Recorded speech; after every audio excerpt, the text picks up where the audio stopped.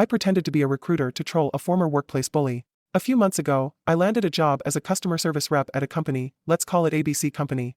And there was this colleague, let's call her Karen. Even though we are of the same level, she liked to think of herself as my boss, and would constantly micromanage me, making up stupid rules and forced me to follow them, etc. One day, I finally couldn't stand her and called her out on her behavior. She got upset and went to complain to the manager, who then stepped in to resolve the conflict. I could tell the manager was on her side but pretended to act fair and unbiased.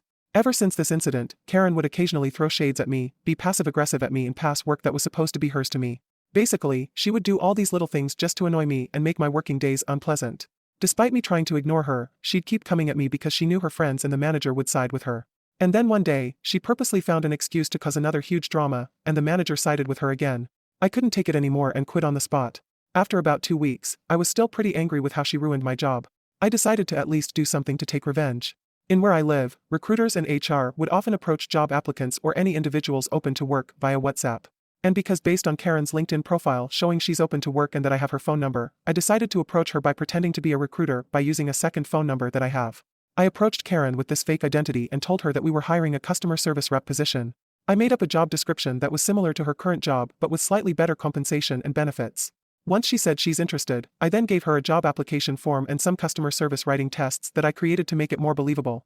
Also, with her job application form, I now have more of her personal info that I might be able to use in the future.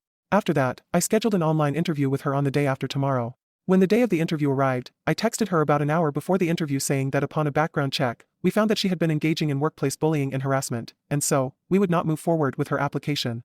Obviously, she was baffled and went, "What?" I didn't reply. She then said, "This is nonsense.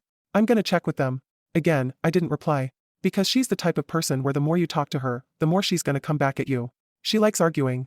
And the best way to annoy her is to ignore her so that she doesn't have a channel to vent. I could already tell she's fuming. Plus, whether she asked her manager or not, that's still a win for me. If she asks, then her manager will know that she's thinking of resigning, which will create an awkward situation. If she doesn't ask, then she's gonna feel embarrassed that someone out there knows of her toxic behavior and she has no way to defend herself. Initially, I wanted to make this a pro-revenge by taking it a step further by actually interviewing her and then offering her this fake job, making her resign from her current job and finally telling her that we are rescinding the offer because of the background check. But then, it would be quite hard to find someone else to interview her since she recognizes my voice. Also, I was worried that falsifying an offer letter would put me at risk of a lawsuit.